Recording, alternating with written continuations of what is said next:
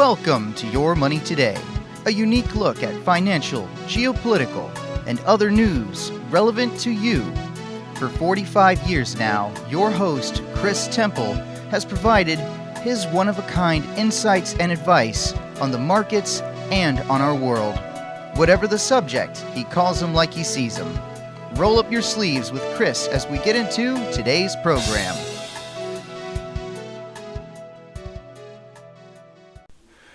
Welcome back, folks. There's a lot to talk about this week. There already was, quite frankly, before the latest and more significant war between Israel and Iran got underway. We're probably going to be living with that for some days to come, by all appearances. And we're going to talk a little bit about that and about how that has added to the confusion over commodities that has seen things lurch to, I think, now the third narrative in about the last couple or 3 weeks. I talked about this somewhat in my recent boot camp discussion on the new fangs, mostly in the context of why gold has been outperforming everything else and most other commodities and metals had been laggards.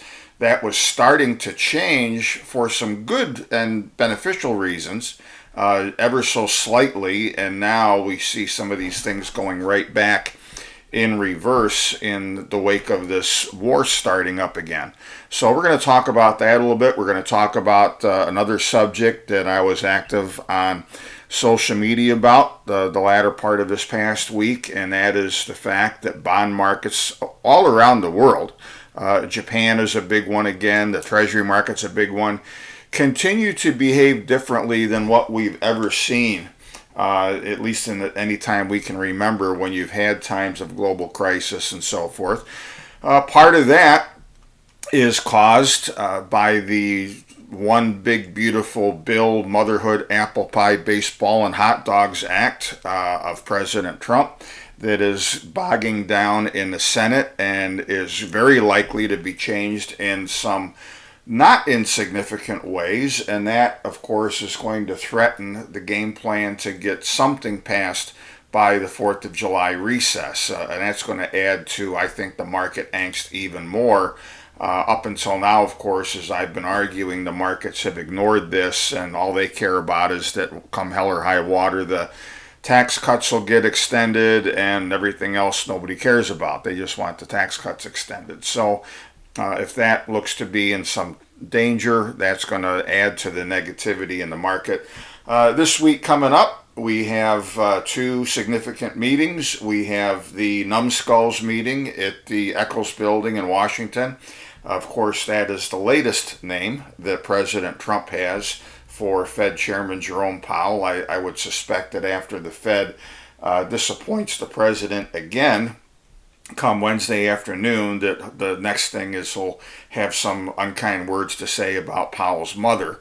Also underway prior to that, in fact, today, as I'm recording this, June the 15th, as everybody gathers, we're going to have another set of what Trump in the past, I don't know if he's used the term numbskulls, but he hasn't had very kind words more often than not for some of his colleagues in the G7, but they're all going to be meeting up in Calgary, Alberta, in Canada, with talk about things changing a couple or three times in not too many days. Now we're going to see again, arguably, a new agenda set for what the Poobahs will be talking about up in Calgary. City I love. I used to visit there a lot when I lived out in the Northwest, played hockey, watched hockey there, and everything else, did business there. And it's interesting that it's being held in a city, which is a big one in a province that may not want to have anything to do with any of these people before too much longer. That's a story for another day. But anyway, we'll touch more on all of those things. But those are the issues we're going to talk about over the next few minutes now, not necessarily in that particular order. And I will, of course, have a number of links in the show notes, whether you're listening to this on YouTube or on SoundCloud or wherever the case may be. So for those of you that want to roll up your sleeves and dive into any of these individual subjects still more. That'll save us a little bit of time here. I'm going to hit the main points, of course, of all of the different subjects I want to talk about, but these will add a lot more meat to the whole equation. I listened to a couple of pundits, well, actually several, the end of this last week with all of the market gyrations over the start of the Iran and Israel war, or restart if you want to put it that way. Frankly, nothing that extreme, at least not yet. When you look at the net result for the stock market, it was rather underwhelming for people who think that the market should have really been beaten up as a result of things. Maybe that's still to come. We'll be finding out in the days ahead. But the real outlier was the Treasury market. And one, I think it was Scott Wapner on CNBC, when he was interviewing someone, he discussed the idea that the Treasury market stood out like a sore thumb at the end of the week, that it was the one market that was decidedly not behaving as it's supposed to at times like this. And there are two major reasons for this. A couple other experts that have weighed in on this at the end of the week that I have a lot of time for were Mohammed Arian, first off, and then Jeffrey Gundlach was the other. And I'm going to have links among the others that I post to both of their conversations. Gundlach's was almost a half-hour interview that he gave, which was extremely insightful. He said the same thing pretty much that I've been saying, and the same thing that Arian said in several minutes, all of us pointing to the fact that the bond markets of the world, including the Treasury market, are broken. The jig is up, as I've said a couple of times in the recent past, when it comes to the whole global regime of financial repression that we've had since the end of the financial crisis in 2008 and 9 time frame. The central banks can't inflate away anymore with no consequences. They can't jam interest rates down with no consequences. And that's the biggest reason why we saw the Treasury market stick out like a sore thumb at the end of the week. And actually, as I posted Friday afternoon, it was interesting to see the initial knee-jerk reaction when the bombs started flying late in the night Thursday, I think it was, that we did initially get a rally. I saw the 10-year Treasury down to 432 or something like that. But then, even before the official open on Friday, let alone all during the day, the yield just kept creeping up and up and up. And that was despite the stock market selling off, despite the jump in oil and so forth. Now, some people tried to explain it all away by saying that, well, the bond market's reacting to now the higher inflationary consequences of this big oil price rebound, which has probably still got a ways to go, and it's going to complicate the Fed's job. It's going to keep inflation elevated, maybe push it higher again after a series of more benign numbers recently, etc.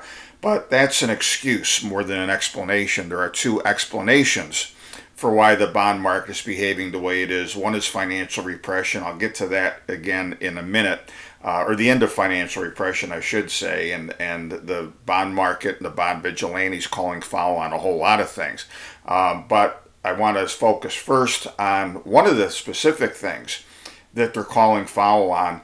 And again, that is Trump's one big beautiful bill that is bogging down in the Senate. It is pretty much guaranteed that it is going to see numerous changes before the bill goes back to the House sometime in the coming days. Senator Ron Johnson from my former home state of Wisconsin, where most of my family still, it's the home state still for them.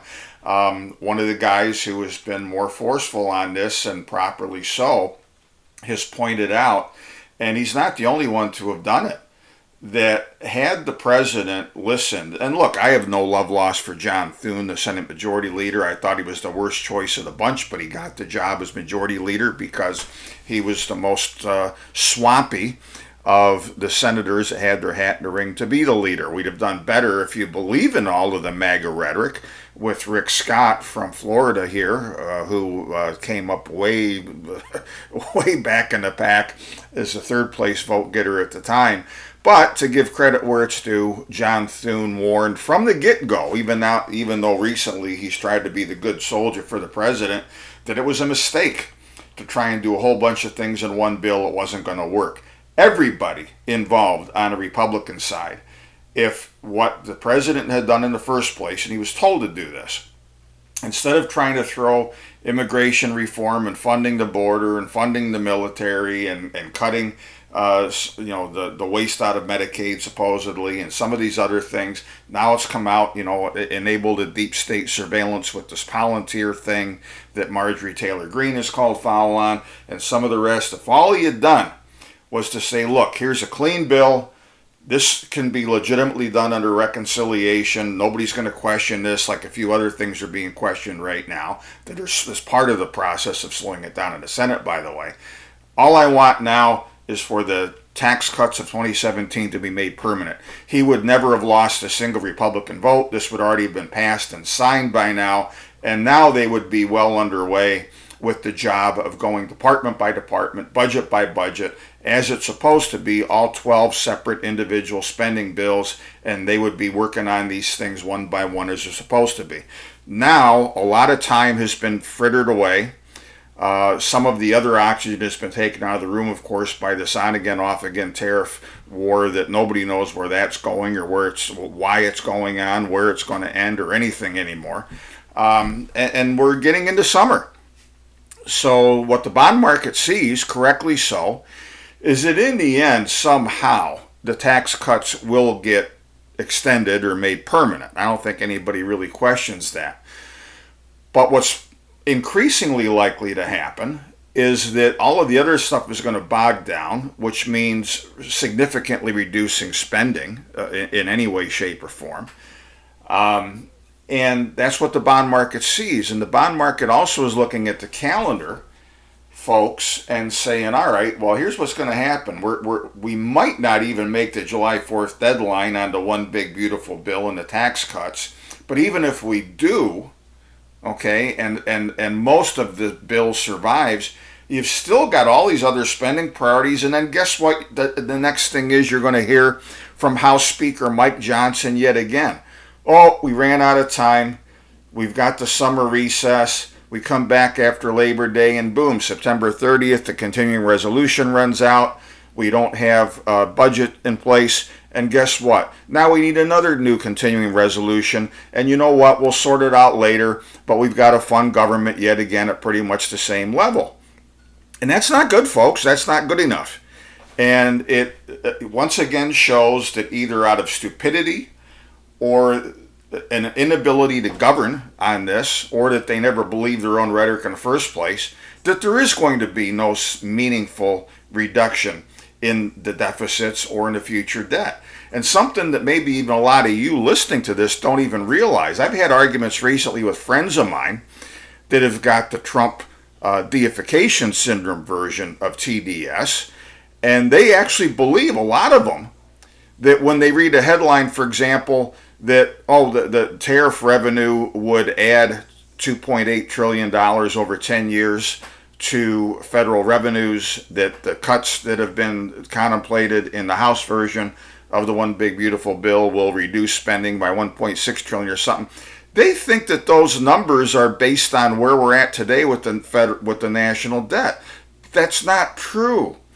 And as Senator Johnson, who heads the Senate Finance Committee, by the way, so he's an important, thankfully, player in this whole thing, he has pointed out numerous times, and I'll have a link to one of these things in the show notes as well, that one of the galling things about this whole process is that the one big beautiful bill and all of the propaganda coming out of the Republican leadership on Capitol Hill and out of the White House contemplates that the base level for the annual deficits over the next decade is adding still $2+ trillion a year more. So when you hear, for example, that the Medicaid cuts will save 1.6 trillion, whatever the number is, out of that. That's not from where we are now with the budget process. That means instead of $58 trillion debt in 10 years from now, on top of the existing 37 trillion, we'll cut 1.6 trillion off of that 58. So this is just untenable. And this is the problem the bond market has. So when the president carps against Jerome Powell, who, for all of his sins, is the only one standing in the way right now of a real debacle in the Treasury market, because God help the Treasury market and interest rates if Powell were to give in and say, okay, I surrender, I'll cut short-term interest rates to make things easier. Now you're adding the Fed losing its nerve, such that it has one in the first place. We've talked about that enough times in the past. And now you're really going to see the long end of the bond market blow out. So the president needs to look no farther than in the mirror in the morning to understand why market interest rates are staying high and why he's got to do a whole lot more than talk if he wants to change this equation. So for a long time, Republicans and Democrats alike got away with what Dick Cheney once infamously said when the former vice president, when there was carping against Bush budget priorities once upon a time, and his own inflating of the deficit back when, largely over military spending and things like that. He said deficits don't matter anymore. And for a long time he was right, but that has now run out. Financial repression's endgame is here. And the problem now is that the bond market is no longer a refuge. And that's going to have all kinds of consequences going forward, which we'll continue to talk about. But again, as Wapner said on CNBC on Friday, the Treasury market stood out like a sore thumb. You had gold going up as you would expect. You had other commodities, with the exception of crude oil, weakening and giving up some of their recent gains. I'll get to that in a few minutes. And the dollar rallying as it should have. But again, Treasuries were the odd man out. And I'm going to have a couple of links from this guy in the notes, but I want to read you just a couple of snippets from a guy that I follow on Twitter/X. He goes under the name Endgame Macro. Very, very, very insightful work. I've shared it numerous times. A lot of it dovetails with some of the things I've said. He puts things very well, has a lot of great research. So here's a couple of the things that he had to say as the day went on Friday and then after the end of the day. First one, quote, "This cross-asset response," and he's talking about the different behaviors of gold, oil, the Treasury market not behaving as it should, stocks and dollar behaving as they should, etc.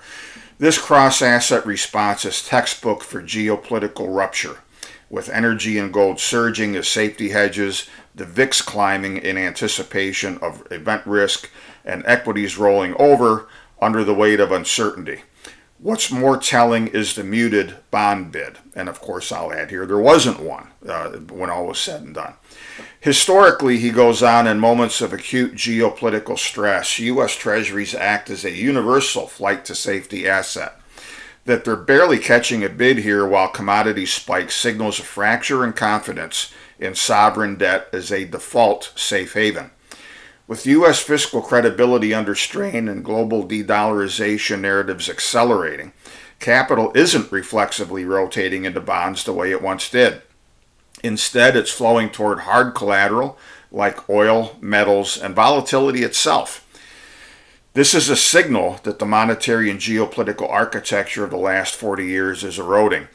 I'm going to throw one more thing in here quick before I go on to one of his later comments. Mohamed El-Arian, in his comments after the markets closed on Friday, pointed out that there was one good thing that happened. And this underscores the fact that there is still a lot of liquidity in global markets, so it's not dire in that sense, at least anytime right away. But he pointed out that corporate debt is behaving better these days than sovereign debt, and that's where treasuries are concerned. And of course, where Japanese debt is concerned, which I talked about in our last episode, when the Japanese bond market was unraveling, it stabilized a bit in the recent past since then. But we'll see how long that lasts. But again, it shows that is this endgame macro guy just said, that this automatic flight to safety that would every time in the past have benefited treasuries is not. Let me read one more quote here. Quote, the persistent rise in yields, even in the face of major geopolitical escalation, speaks volumes about the deeper structural fractures now embedded in the sovereign debt system. When bond markets no longer rally during war, the traditional risk-off reflex is broken. Investors are no longer pricing based on fear of conflict alone. They're pricing based on a recognition that the U.S. fiscal trajectory is unmoored and that that conflict only accelerates issuance, inflationary pressure, and global de-dollarization efforts. A 10-year note back at 441, a 30-year bond pushing 4.9% again, and a 2-year note near 4%, despite rising global uncertainty, tells you that the bond market is finally behaving like a vigilante again, but not out of confidence, out of fatigue. Foreign buyers are scarce. Domestic balance sheets are saturated. And each spike in commodity prices, defense spending, or tariff retaliation just reinforces the need for higher risk premiums across duration. This is no longer about the Fed. It's about the perceived solvency of the system, the sustainability of the debt supercycle, and the loss of safe haven elasticity. When war is no longer enough to drive demand for treasuries, you're not in a normal cycle. You're in endgame dynamics where even bad news stops being good news for bonds. Now, regrettably, with his seemingly shallow level of understanding of a lot of these things, President Trump does believe it's still all about the Fed. As I alluded to a minute ago, he thinks that if he browbeats Jerome Powell enough, or acts sooner rather than later to appoint this so-called shadow Fed chair, who he's going to have ready to take Fire Marshal Jay's place next year, that's going to be enough to browbeat Powell into lowering interest rates. But again, this is beyond him anymore, and he's the only one, relatively speaking, as crazy as that sounds, with all of the damage he did in creating the inflation in the last few years as a first matter. He's about the only one standing in relative terms right now with his finger in a dike to really forestall a bond market debacle. And that's his job right now, is to postpone the bigger reckonings of the end of financial repression, and therefore you're not going to hear anything more come Wednesday afternoon from him and everybody else at the Fed than you did after the last meeting. There's too much uncertainty. The economy's doing well enough. Unemployment is still 4.2%. Wage growth accelerated again recently, even though other measures of inflation, some of them did go down. But now with the added uncertainties of war, with the spike in oil that we're going to have that's going to persist and maybe get worse, at least for a while, that's going to pop inflation back up, all else being equal. So we're not doing anything beyond what we told you last time. We're not going to set a date when we might change our mind. Have a nice day. That's what we're all going to hear. And again, the president's not going to like that come Wednesday.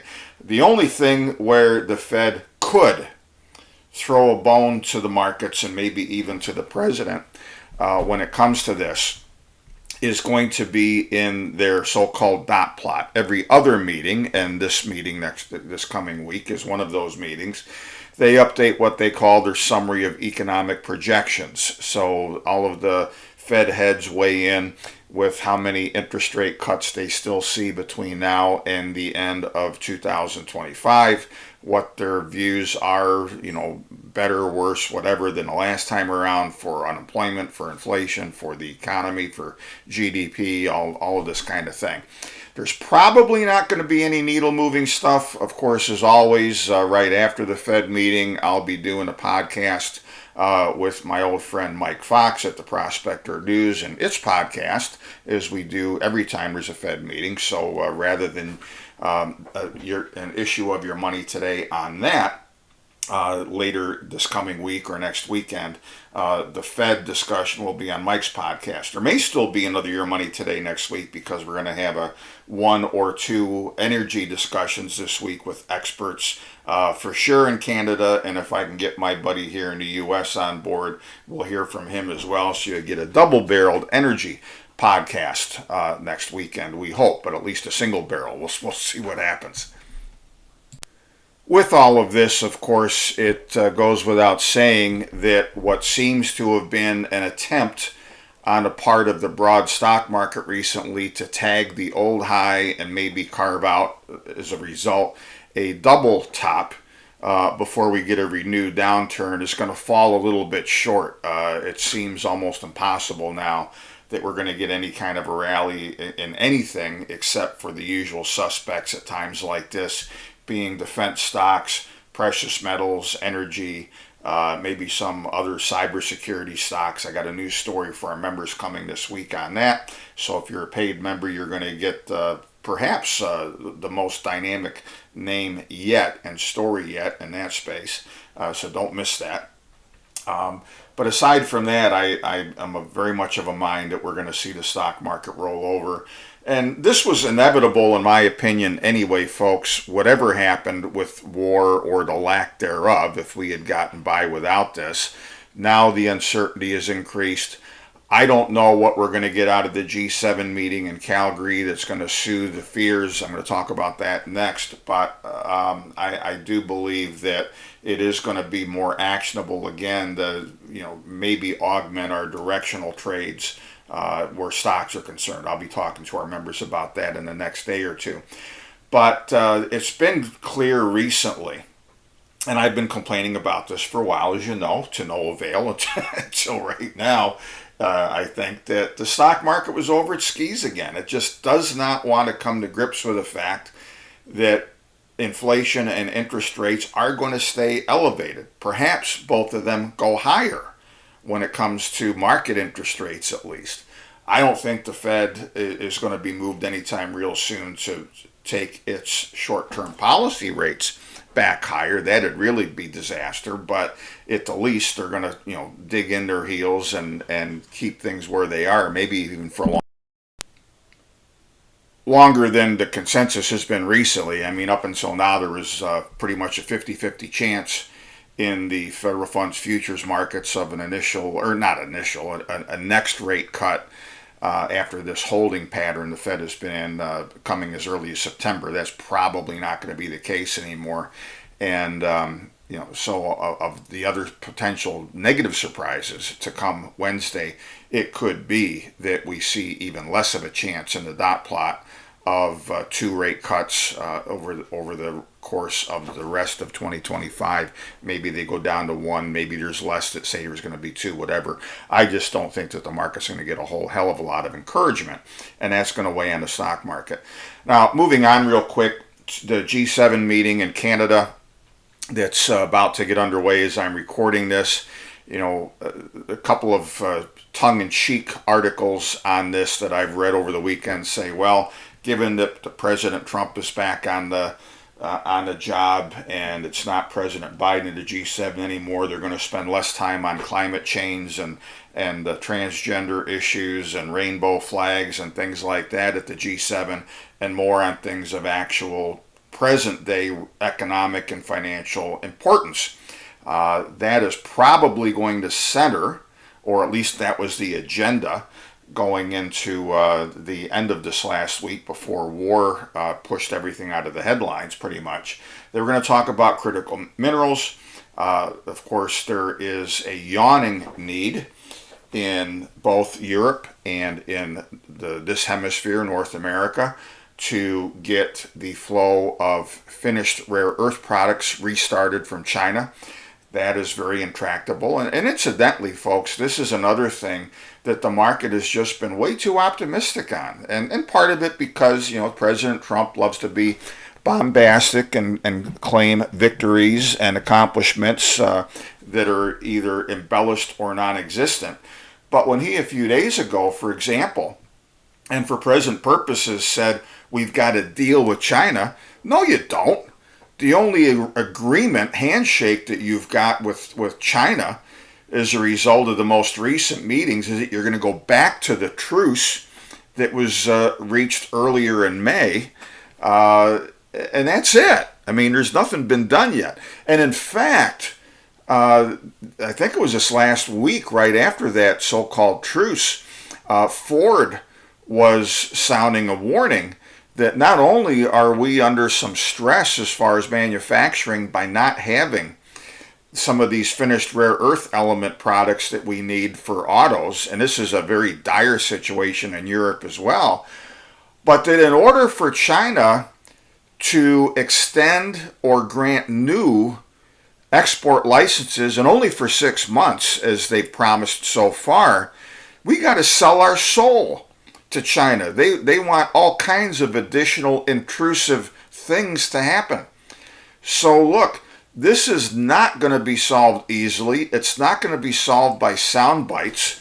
I must say, and look, I am, as I've said many times before, folks, I am all in favor of the big picture view that President Trump has to get us off of the dependence that we have on so many things, from China primarily, but from Russia when it comes to uranium and enriched uranium, from other sources where we're way too dependent, reshore those things, build up this fortress. I think Premier Ford in Ontario has called it this Fortress Can-Am or Am-Can, whatever he calls it, Fortress for Canada and America. We've got the ability, we've got the raw materials, we've got the ingenuity, we've got to really go into warp speed to get these things done.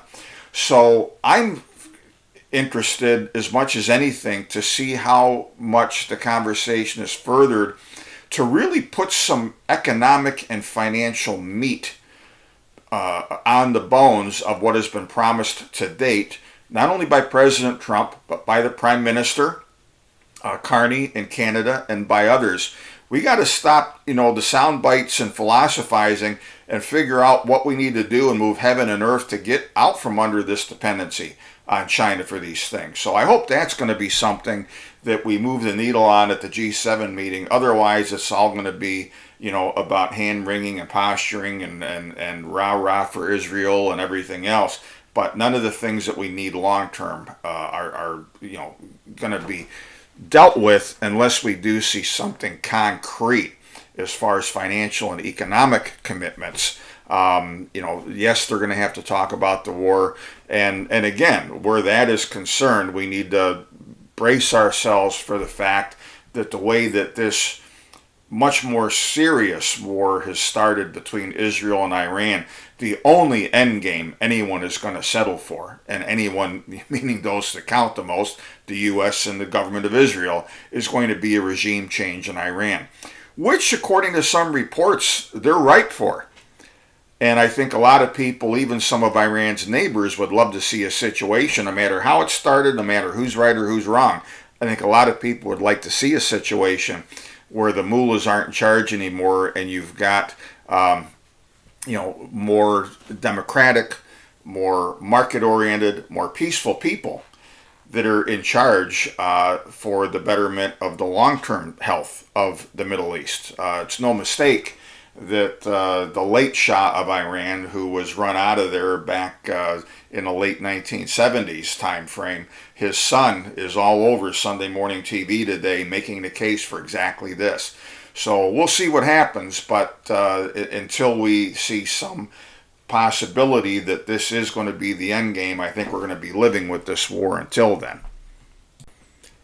Winding down now, I commented a minute ago that I would prefer not to see such a destabilizing, and I mean economically and otherwise, uncontrolled spike in the oil price to triple digits, because that'll break an awful lot of things.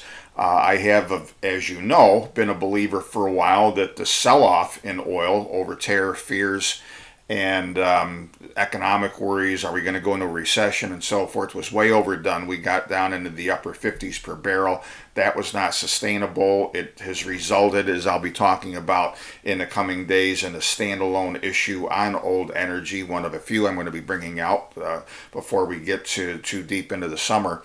But I'll talk about how things were just overdone on the downside. And, $75, $80 barrel oil price makes everybody happy. It's not going to add unduly to inflation, and it will incentivize more production, because the drop that we had recently has caused a significant drop in the rig count and an acceleration in the rollover of U.S. production specifically. And I think even before last week and the bombs started flying, one of the things the market was finally waking up to is that they don't need to react to additional OPEC plus supply by selling, because a lot of what that added supply near term was doing, besides a couple of housekeeping things within OPEC to try and punish some recalcitrant members, whatever. I haven't followed that aspect a whole lot.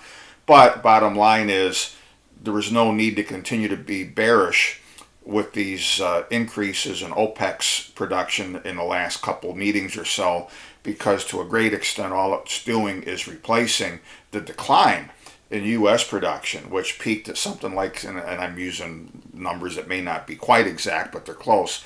We were peaking at 13.6 million barrels a day or something like that, and now it looks like we're about to slip under 13 million barrels a day if we haven't already, and that's going to continue. So, and again, I'm going to have some more copy on that coming up in the near future.